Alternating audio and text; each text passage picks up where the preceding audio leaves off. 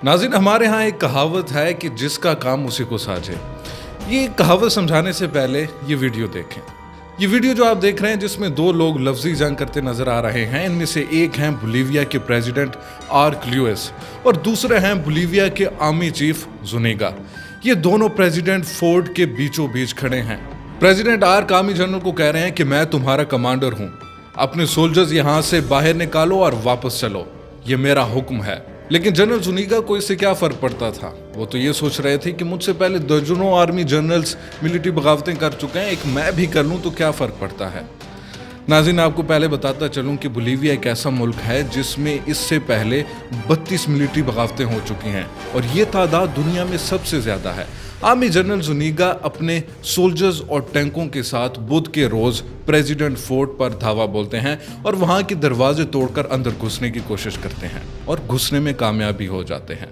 President arc, जो कि 2020 में इलेक्ट होकर आए होते हैं, वो अवाम को कॉल देते हैं और हजारों की तादाद में अवाम प्रेसिडेंट फोर्ट पहुंच जाते हैं। ये तादाद देखकर जनरल ज़ुनीगा दंग रह जाते हैं कि ये कैसे हुआ, जिसके बाद वो अवाम के खौफ से अपने सोल्जर्स को वहां से विड्रॉ करा लेते हैं और बोलीविया की इंटीरियर मिनिस्टर इनकी गिरफ्तारी का ऑर्डर जारी करते हैं और पुलिस इन्हें गिरफ्तार कर लेती है। बिलाखिर बोलीविया में अवाम की जीत होती है क्योंकि वहां के अवाम अच्छी तरह जान चुकी होती है कि फौज को सिर्फ अपनी बैरकों तक महदूद रहना चाहिए। लेकिन ये एक किस्म का पैगाम भी है दुनिया के कुछ दूसरे ममालिक के लिए कि वो सिर्फ और सिर्फ अवाम के लिए ही हैं। अगर अवाम नहीं है तो वो भी नहीं है।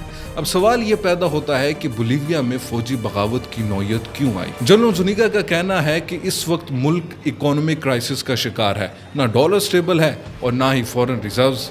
ऐसी जमहूरियत बर्दाश्त नहीं कर सकते, जिसके बाद वो खुद कमांड संभालने की कोशिश करते हैं और अवाम के जरिए अपने अंजाम को पहुंचते हैं। इस वक्त बोलीविया के सदर लुइस आर्क हैं, जिनका ताल्लुक left wing movement of socialism से है। ये बेसिकली एक इकोनॉमिस्ट हैं जो 2020 में इलेक्ट होकर आए हैं। इनसे पहले इन्हीं के पार्टी के एक रहनुमा मिरेल, जो कि एक लंबे अरसे से बोलीविया के सदर थे, 2019 के इलेक्शंस में इनकी जीत के बाद इन्हें फौज की तरफ से जबरदस्ती इस्तीफा देने पर मजबूर किया जाता है और फिर एक इंटरिम गवर्नमेंट आती है, जिसके बाद आर्क सदर बनते हैं। प्रेसिडेंट आर्क ने सही मानों में आकर बोलीविया की इकोनॉमी को संभाला और इकोनॉमिक क्राइसिस से बाहर निकालने की पूरी कोशिश की, जिसकी वजह से उनकी अवाम में मकबूलियत बहुत ज़्यादा है। यही वजह है जिसकी वजह से ये मिलिट्री कूप नाकाम रहा और जनरल ज़ुनीगा अरेस्ट हो गए।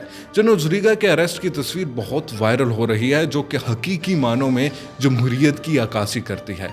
इस बगावत को नाकाम बनाने के बाद सदर आर्क ने अवाम से खिताब भी किया और उनका शुक्रिया भी अदा किया। हमारे यहाँ एक बहुत ही मशहूर कहावत है, जैसे कि मैं पहले भी बता चुका हूँ, कि जिसका काम उसी को साझे।